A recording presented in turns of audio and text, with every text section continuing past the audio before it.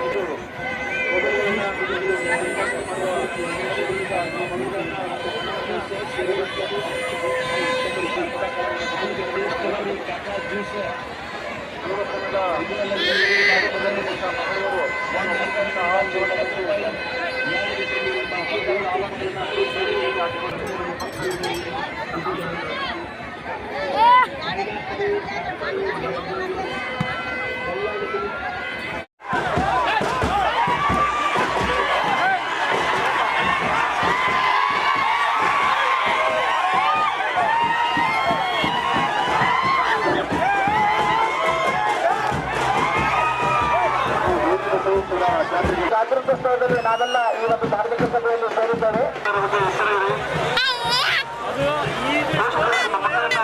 ಅಭಿವೃದ್ಧಿಗೆ ಮಠದ ಆವರಣದಲ್ಲಿರ್ತಕ್ಕಂಥ ಭಕ್ತಾದಿಗಳು ಹಾಗೂ ದೇವಸ್ಥಾನದ ಪ್ರವೇಶ ಬರಲಿರ್ತಕ್ಕಂಥ ಮಹಿಳೆ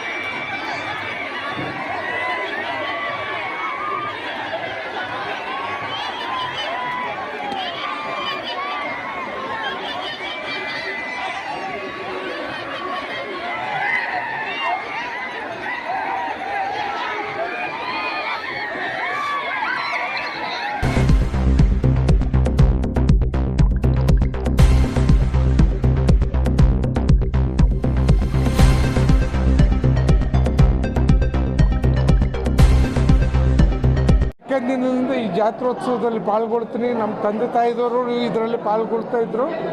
ಈ ಜಾತ್ರೆ ವಿಶೇಷ ಏನಂದರೆ ಭಕ್ತ ಸಮೂಹಗಳಿಂದ ನಡೀತಕ್ಕಂಥ ಜಾತ್ರೆ ಇದು.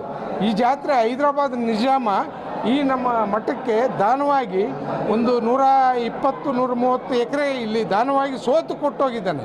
ಈ ಮಠದ ತೇರನ್ನು ನಿಲ್ಲಿಸಿರ್ತಕ್ಕಂಥ ನಿಜಾಮ ಸೋತು 121 ಎಕರೆ ಇಲ್ಲಿ ದಾನ ಕೊಟ್ಟಿರ್ತಕ್ಕಂಥ ಒಂದು ದೊಡ್ಡ ವಿಶೇಷ. ಆಮೇಲೆ ನಮ್ಮೂರು ಜಾತ್ರೆ ಯಾವುದೇ ಕಳಂಕ, ಯಾವುದೇ ತೊಂದರೆಗಳು ಯಾವುದೇ ಇರಲಾರ್ದಂಗೆ ಭಾಳ ದೊಡ್ಡ ವಿಶೇಷ. ತಾತನ ಕೈಯಲ್ಲಿ 5 ಉಡೆಯಲ್ಲಿ ಕಾಯಿ ಇರ್ತವೆ.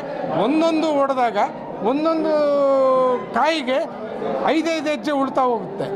5 ಕಾಯಿ ಹೊಡೆಯೋದ್ರಲ್ಲಿ ಸೀದಾ ಎದುರು ಪಾದಕ್ಕೆ ಹೋಗುತ್ತೆ ತೇರು.